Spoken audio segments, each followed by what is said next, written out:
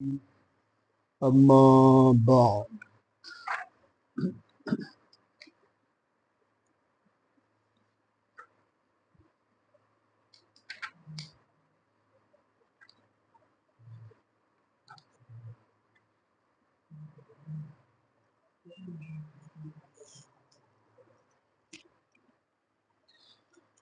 حدیث پاک میں ہے کہ حضور اکرم صلی اللہ علیہ وسلم نے بتلایا کہ دو نعمتیں ایسی ہیں کہ اس کے بارے میں انسان عمومی طور پہ دھوکے میں رہتا ہے۔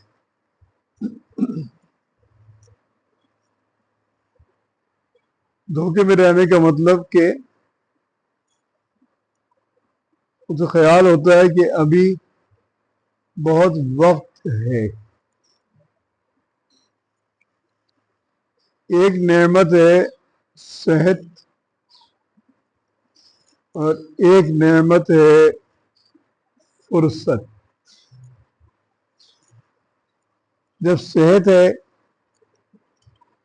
آپ بھی سوچو کوئی بات نہیں، یہ کام کل کریں گے، کل کے پرسوں کریں گے، خدا نہ کرے صحت نہ رہے تو وہ کام نہیں ہو سکے گا۔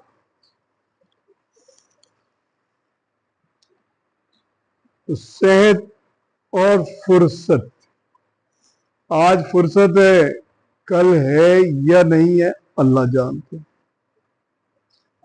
آج صحت ہے کل کو صحت ہے یا نہیں ہے اللہ تعالی جانتے۔ جب صحت ہے اسے غنیمت جانو،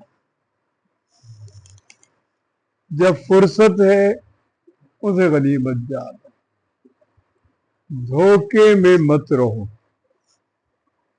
ایک تصور ہے کہ نیک بنیں گے بڑھاپے میں، اچھا تصور ہے ہمارا، یعنی انجام ہمارا اچھا ہو،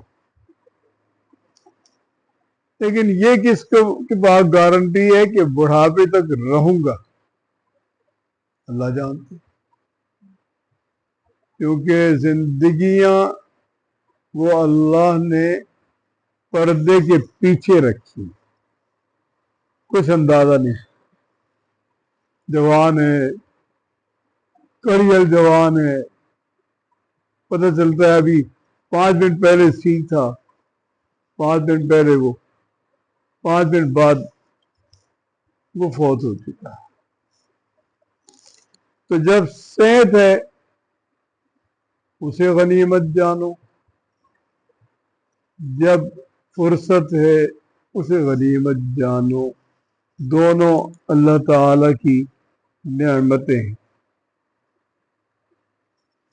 ایک چیز یہ بتلائی کہ دنیا کو اہمیت نہیں دینی،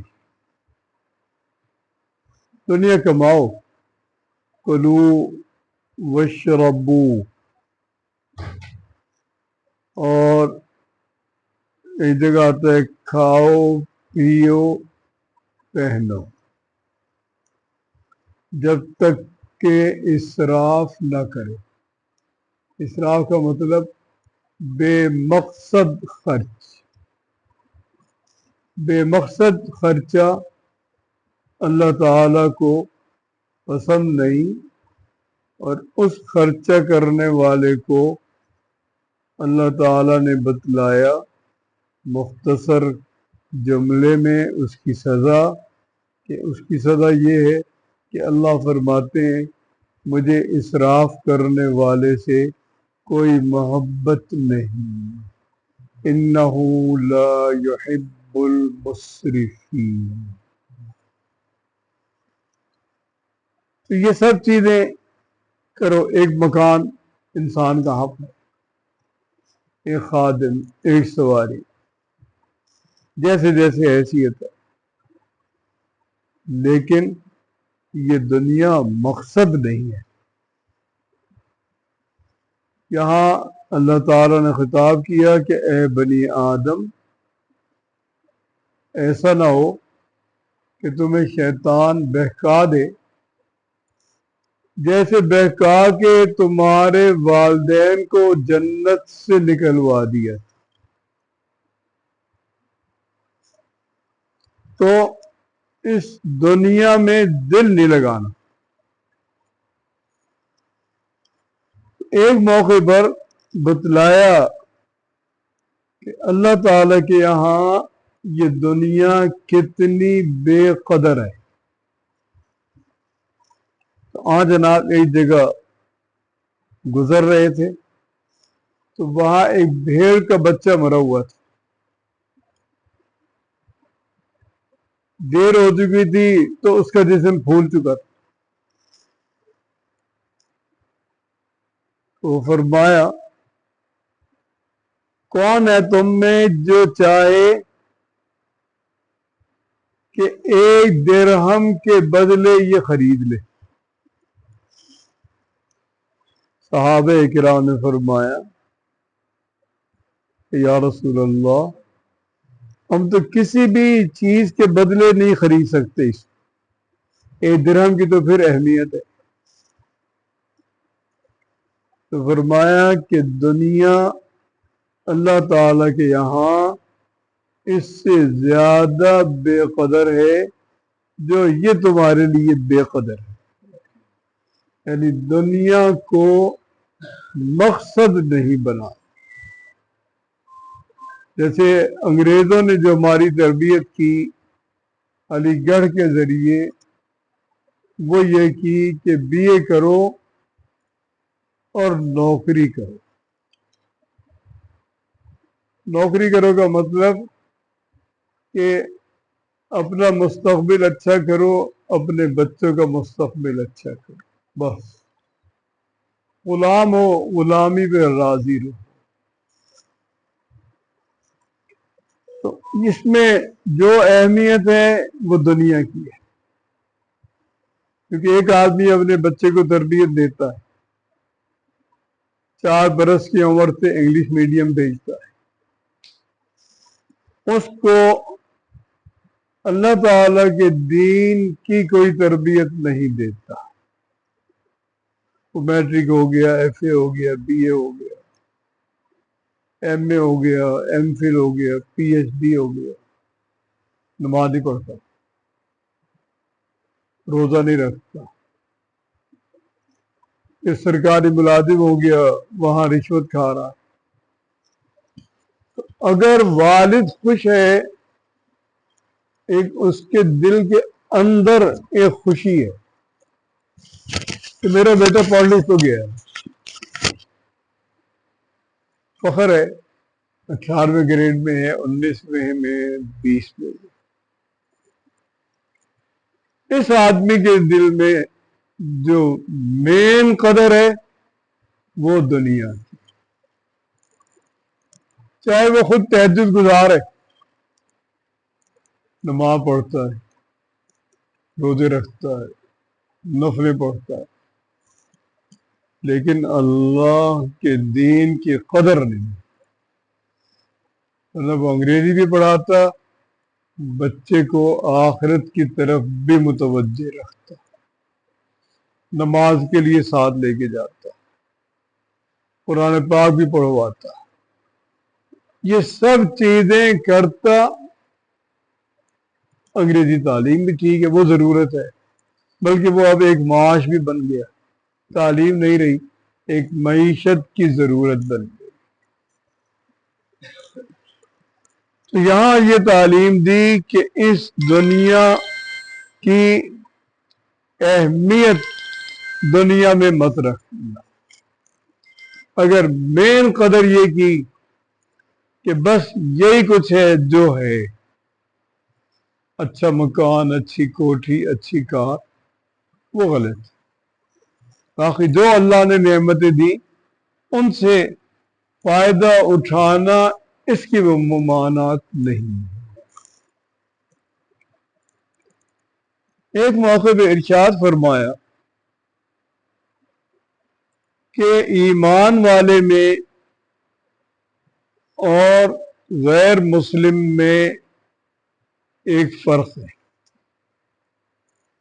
اللہ تعالیٰ ایمان والے کی کسی نیکی کو ضائع نہیں کرتے، اور اس کے نیکی کا جو بدلہ ہے وہ دو جگہ ملتا ہے، ایک دنیا میں ایک آخرت میں. جو کافر ہے اس کی نیکی کا بھی بدلہ ملتا ہے لیکن دنیا میں ملتا ہے، آخرت میں نہیں. جیسے دنیا میں نام چل گیا کہ دیال سنگھ لائبریری، دیال سنگھ کالج، گلاب دیوی اسپتال، سر گنگا رام اسپتال، نام ابھی تک ان کا چل رہا ہے، اور ان کی اولاد اس پہ خوش ہے کہ ہمارے باپ کا، دادا کا، پردادا کا نام چل رہا ہے. لیکن جب ایمان والا بنائے گا تو یہ دنیا بھی ہے اور یہ صدقہ جاریہ بھی ہے. جب تک لوگ فائدہ اٹھائیں گے اس کو آخرت میں اجر ملتا رہے گا. حضور اکرم صلی اللہ علیہ وسلم نے ایک دن بتلایا کہ یہ جہنم بھی مخلوق ہے، جنت بھی مخلوق ہے، دونوں چیزیں اللہ نے پیدا کی. جب اللہ تعالیٰ نے جنت پیدا کی، وہاں نعمتیں رکھی، آسائشیں رکھی، راحتیں رکھی، تو فرشتوں کو بھیجا کہ جاؤ جا کے معائنہ کرو، آ کے بتلاؤ کیسی جگہ. فرشتے گئے، انہوں نے دیکھا اور انہوں نے کہا کہ رب العالمین ایسی عمدہ جگہ ہے کہ مخلوق میں ہر آدمی اس میں جائے گا، کوئی نہیں ہے جو اس کو پسند نہ کرے. پھر اللہ تعالی نے جہنم میں بھیجا، اس کا معائنہ کرو. اس کا معائنہ کیا تو انہوں نے دیکھا اور آ کے بتایا کہ رب العالمین یہاں کوئی جانا پسند نہیں کرے گا. پھر اللہ تعالی نے ایک باڑ لگائی جنت کے ارد گرد، اور ایک باڑ لگائی جہنم کے ارد گرد. جو جنت کے ارد گرد باڑ لگائی اس میں ناگوار چیزیں بھی تھیں. جیسے آدمی محنت کرے، کمائے، خود بھی کھائے، اوروں کو بھی کھلائے. اسی طرح جہاد ہے، اسی طرح رشتہ داروں کے حقوق ہیں، ایثار کی تعلیم ہے، اپنی ضرورت پہ دوسرے کی ضرورت کو ترجیح دو. اسی طرح نماز، روزہ، سردیاں ہیں، اٹھو تہجد پڑھو، فجر پڑھو، وضو کرو، ٹھنڈا پانی ہے نہیں ہے.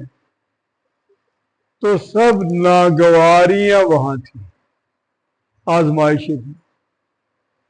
انبیاء کرام پہ آزمائشیں آئیں، صحابہ پر آئیں، اولیاء اللہ پر آئیں. اور پھر جہنم کے ارد گرد ایک باڑ لگائی، اس میں ساری چیزیں خواہشات کی تھی، چاہت. کیونکہ ہمیں قرآن پاک نے روکا کہ چاہت پہ نہیں چلنا. تعلیم پہ چلنا. ایک آدمی کا جذبہ بہت نیک ہے، بہت ہی نیک ہے، بہت ہی نیک، لیکن تعلیم کے خلاف ہے تو وہ کچھ بھی نہیں، صفر. آپ دیکھیں کہ یہ بت پرستی کیوں شروع ہوئی. اس کا آغاز بڑے نیک جذبات پہ،